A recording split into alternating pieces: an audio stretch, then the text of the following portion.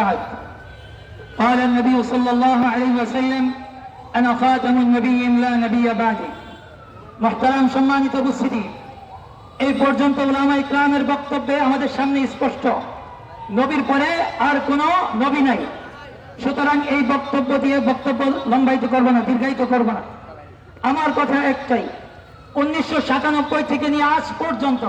এই বরকতুল্লাহ আস্তানা বন্ধের জন্য আমরা আন্দোলন করে যাচ্ছি আমাদের আন্দোলনের কোনো সফলতা আসছে না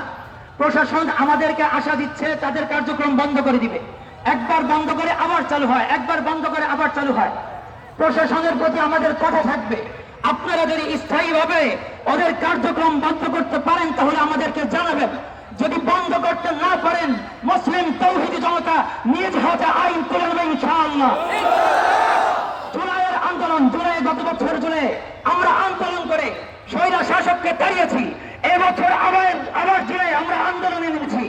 এবছর জুলাইয়ের মধ্যে আপনারা যদি তাদের কার্যক্রম বন্ধ না করেন আমরা বাধ্য হব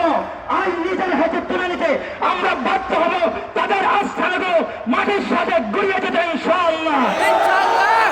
আমাদের কাছে প্রশ্ন আসে আমাদের আন্দোলন কতদিন পর্যন্ত চলবে সম্মানিত তাওহীদি জনতা যতদিন আমাদের কণ্ঠনালী চলবে যতদিন আমাদের রক্তনালীতে রক্ত প্রবাহিত হবে ততদিন আমাদের আন্দোলন জারি থাকবে ইনশাআল্লাহ